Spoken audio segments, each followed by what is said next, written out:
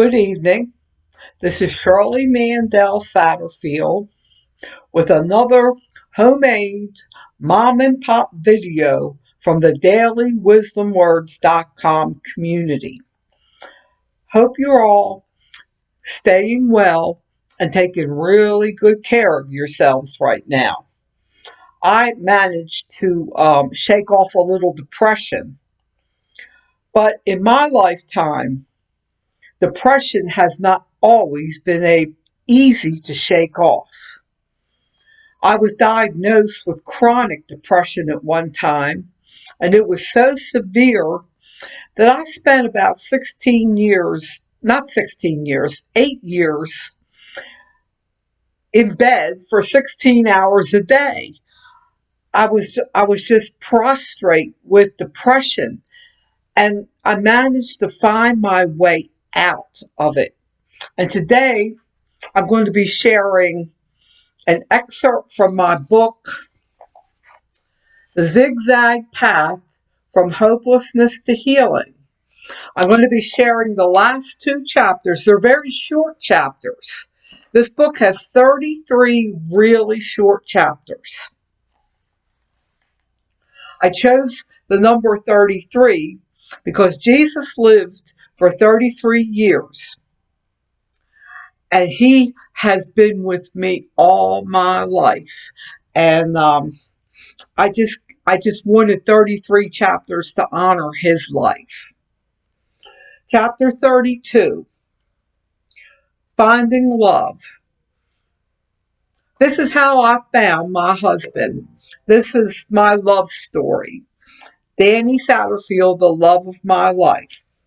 Being over 60 years old now and single for a little over 30 years, I thought my chances of ever getting married again were nil to none. But then one Wednesday night, when I least expected it, I sat down in the church fellowship hall for Bible study and had the surprise of my life.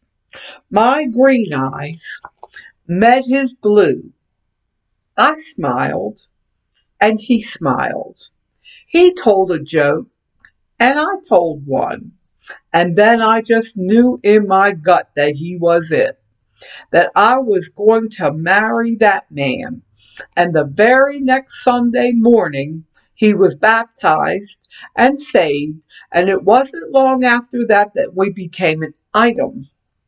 His name is Danny, and although he was a high school dropout from the South and uses words like yonder, and I'm from parts due north with a college education, we both have basically the same crazy personality and thus became instant soulmates. It was love at first sight. So we met at Walmart for a date at the lunch bar, where he produced a heart-shaped pendant and told me he loved me. So in just a mere 2 months later, we were walking down the aisle to be joined in holy matrimony. 2 old fools in love. I was happy, but almost immediately this old man I wed proved to be quite grumpy. He told me that I had a bad case of the can't help it's because of my physical limitations. And I told him that he was the meanest man I had ever seen baptized. He then asked for a divorce, so I filed for a quickie divorce and said, "Okay, Buster, if you want your freedom, you've got it." But then the mental stress in my life had gotten so intense that I began to grow physically weak. And pretty soon I began to succumb to my physical ailments to the point that I could barely walk or care for myself. And one night, both my feet had swelled up to be twice their size, and I became so weak that I could not walk without help. So I called the rescue squad and went to the emergency room, where the doctor said that he could not help me. because my out of control diabetes was incurable at this point and that I needed to start making arrangements for long term nursing care. Then he curtly dismissed me from his care, so I felt like I was going to die that night and that this was the first day of the end of my life. Everything seemed to be coming to an end for me. My marriage was coming to an end, and so was my life, I thought. I felt hopeless. And it was so cold and that dark night, and I felt such a chill during the seemingly endless bumpy ride home on this old antiquated medical transport van that came.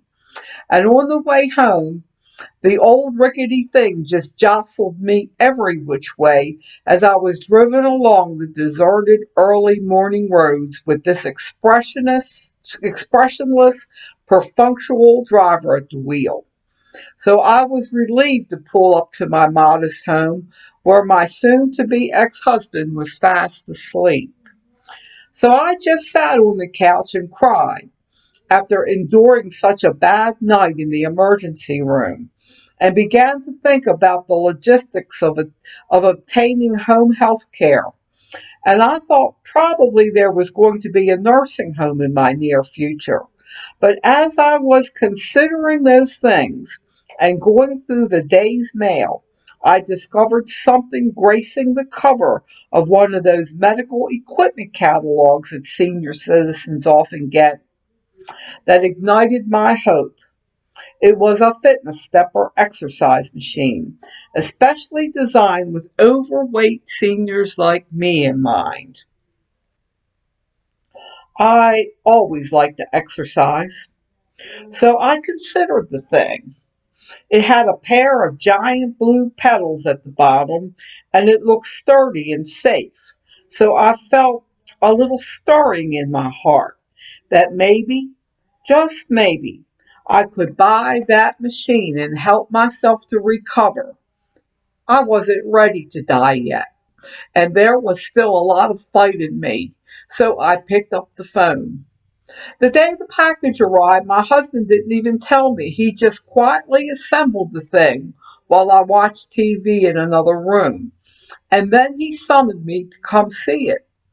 And that very day, he began to coach me back to health on it as I started stepping my way back to health, starting at 5 slow repetitions at a time so that I would not overdo it, while I also cut back at the dinner table. So very gradually I began to lose weight and regain my health and strength.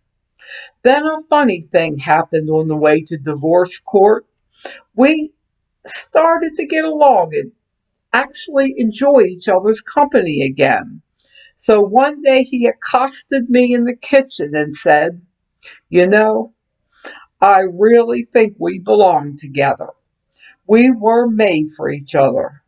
"Yes, I think we are like two corresponding pieces in one big puzzle," I responded. "Like peas and carrots," he said. We then hugged and cried and canceled the divorce and have been together ever since, weathering the storms of life for several years now. And we are happy now. I discovered that my love for him and his for me, after passing through the first storm together, is really unconditional. He ain't heavy. He's my husband. Chapter 33, Getting God Back. This last chapter is about getting God back. For many years I lived estranged from God. My depression had gotten so severe and I got so angry with God that I banished him from my life, which was really the wrong move to do. God is love, and that's what you need most when you're depressed, love. And this is how I came to the realization that he really hadn't left me. He was still with me. He promised to be with me to the end of the world, and he indeed was still with me. Chapter 33, Getting God Back. I have discovered through all these years of trials and tribulations and triumph that God did not really forsake me when I had grown so sinful and sick like I thought he had. God's love, too, is always unconditional and not based on my behavior, good or bad, or anything I do, but just is and always existing in the present tense. However, though, I was the one who forsook him and wavered in my faith, but I didn't die, for he was there all along waiting for me to come back. And it was always he who was working behind the scenes and giving me the will to live. The big mistake I made was to embrace just a mere religion. A religion I can sink my teeth into, rather than salvation based on faith in his grace, and that he has plenty of grace to cover all my little problems and sins, regardless of how great they are. Even those problems and sins that seem insurmountable to me. What's a merely human problem compared to such a great big God anyway? Today, I'm happy, healthy, and stable, and living for him and worshiping him at our local Church of Christ, where I'm learning more and more about living the Christian life and enjoying my marriage. Plus, by the grace of God, I have managed to lose all that excess weight that was holding me back in life and making me sick too, with a little loving encouragement from my husband. He turned out to be a real champ, my husband. Now that's grace, folks. Real grace. I just hope you all have a nice evening. This book is available on Amazon in a Kindle format for just pennies on the dollar.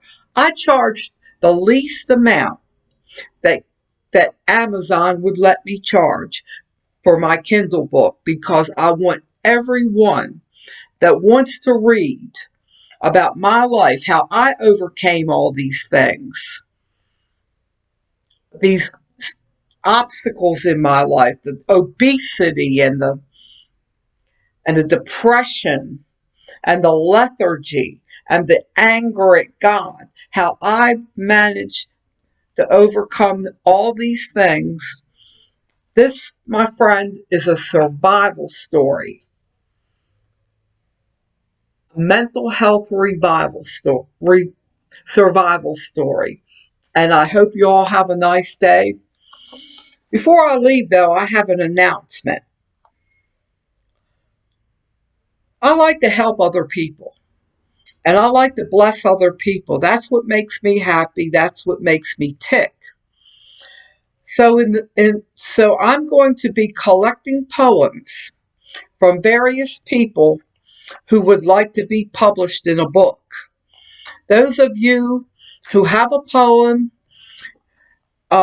you've never and have never experienced the excitement and the joy of seeing your name in print and your writings in a book, well, I'm going to publish one. I'm going to do all the heavy lifting. I've got the skills. I'll do the work. All you have to do is go on Amazon and buy your own book once it's done. The book is going to be named Living Pearls of Wisdom. And I would like to invite you all to send me a poem.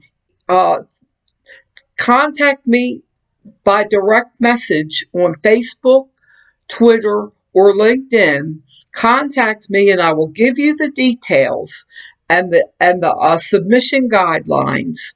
And I would be glad to print your poem in a book and to bless you all real good. I'm not a professional. I'm anything but a professional YouTuber here, but I really care about you all, and I just want you to stay well and give everyone an equal opportunity to have a voice. Thank you very much for listening. Be sure and check us out at dailywisdomwords.com. We are a friendly writing community. Dailywisdomwords.com is not a content mill. It's a community of people supporting each other and lifting each other up. And may God lift you up today.